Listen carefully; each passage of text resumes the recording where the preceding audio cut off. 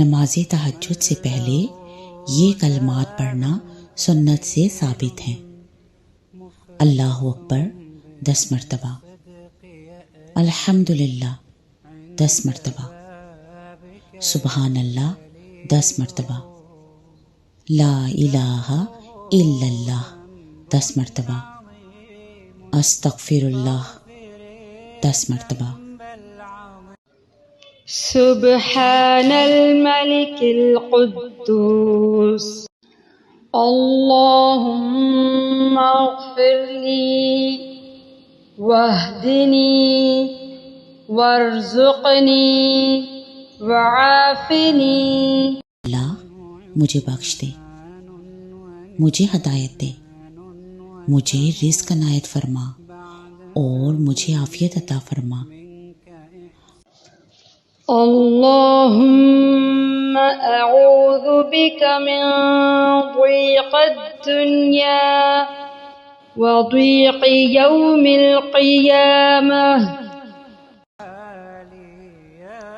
میں دنیا کی تنگی اور قیامت کی دن کی تنگی سے آپ کی پناہ میں آتی ہوں۔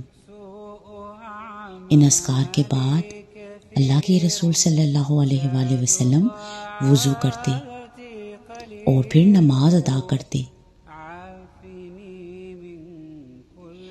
جب آنکھ کھلے تو بستر پر لیٹے لیٹے ہی پڑھ لیں۔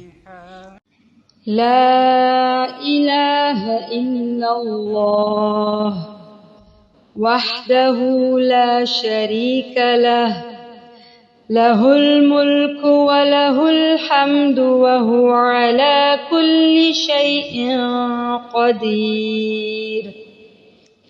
الحمد للہ وسبحان اللہ ولا الہ الا اللہ واللہ اکبر ولا حول ولا قوة الا باللہ۔ اللہم اغفر لی۔ اللہ کے سوا کوئی معبود نہیں، وہ اکیلا ہے، اس کا کوئی شریک نہیں، اس کی بادشاہت ہے اور اسی کے لیے تمام تعریف ہے، اور وہ ہر چیز پر قادر ہے۔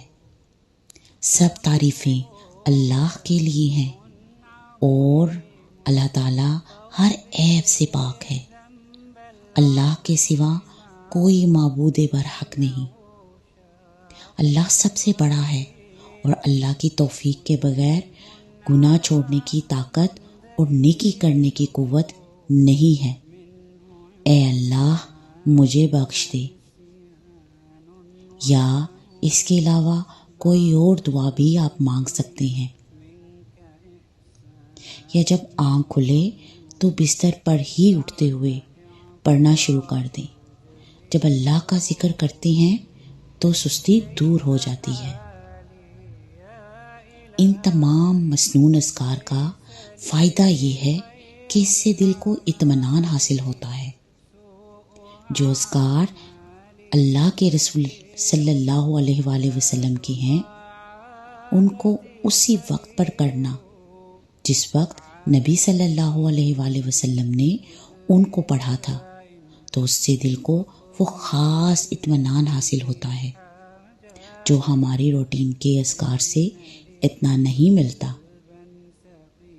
وقت کے مطابق اور اپنی مرضی کے مطابق ذکر کرنے میں بہت فرق ہے۔